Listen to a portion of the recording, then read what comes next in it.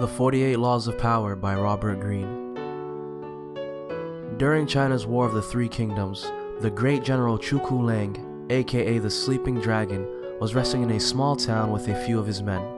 He was then warned 150,000 soldiers were coming to seize the city and capture him.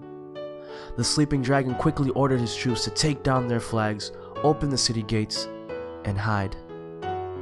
He then sat right outside the city walls, lit some incense, and played his flute, pretending not to notice the large army now within eyesight.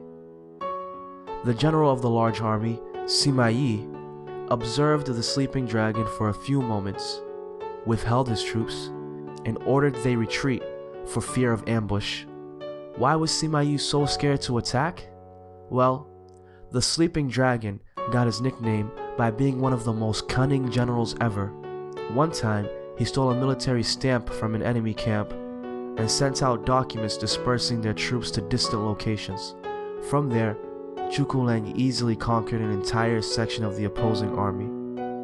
So, backed into a corner and seemingly about to be captured, Chu Lang relied on his reputation to save him and accomplish his greatest trick of all, how he single-handedly defeated an entire army with just some incense and a flute.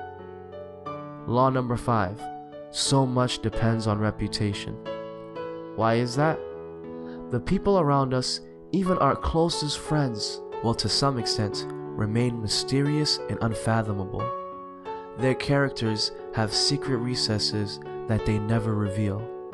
The unknowableness of other people could prove disturbing if we thought about it long enough, since it would make it impossible for us to really judge other people. So we prefer to ignore this fact and to judge other people on their appearances, on what is most visible to our eyes: clothes, gestures, words, actions.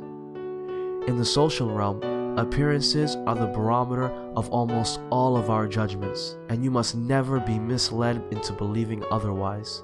People respond to what you do based on their perception of you. In essence, we do judge a book by its cover. In business, in politics, even in day-to-day life, our views are heavily influenced by reputation. Reputation is the cornerstone of power. Through reputation, you can intimidate and win. You too can build your own reputation, your own personal brand. It just takes 2 simple steps. First, you need one attribute, one quality you are already good at, and amplify it to stand out from the crowd. For Chu Lang, it was cunning. What about you? Are you smart, funny, honest, efficient? Figure out what it is you are already good at and excel in it. Secondly, once you have this one trait, spread it to as many people as possible. Show the whole world your brand through your actions, and be careful to slowly build it and protect it. Remember, once you have built a reputation, there will be people seeking to destroy it. Mizu Zhai, a court member of the ancient Chinese kingdom of Wei, was well known for his civility and graciousness. He was the ruler's favorite. When Mizu Zhai's mother fell ill one day, he visited her using the ruler's chariot without his permission, an offense punishable by chopping off one's feet. When the news came to the ruler, he said, "How dutiful is Mizu Zhai! For his mother's sake, he even forgot that he was committing a crime, making him liable to lose his own feet." Soon, the other courtiers grew jealous and spread some negative rumors, calling Mizu Zhai devious and arrogant. Once the ruler internalized the rumors, he began to see his former favorite's actions under a new light. This fellow once rode in my chariot under pretense of my order. In the end, Mizu Zhai lost his feet. Be sure not to lose your own feet. You must protect your reputation at all costs. How do you do that? Well, in my view, the book shows it to be too risky to attack other people's reputation.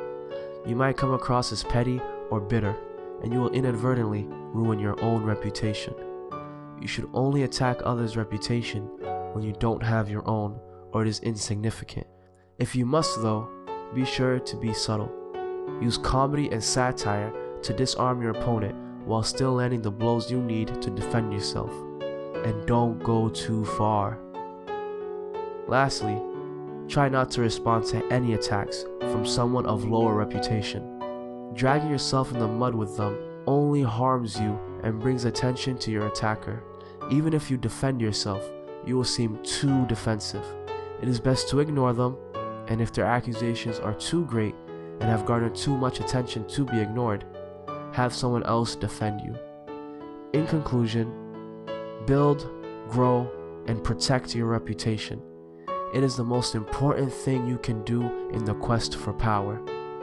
For the fame which appears to rest on the opinions of many fosters a certain unshakable belief in a man's worth, which is then easily strengthened in minds already thus disposed and prepared. I'm the Self-Made Nerd, and this is my video series released every Sunday on the 48 Laws of Power.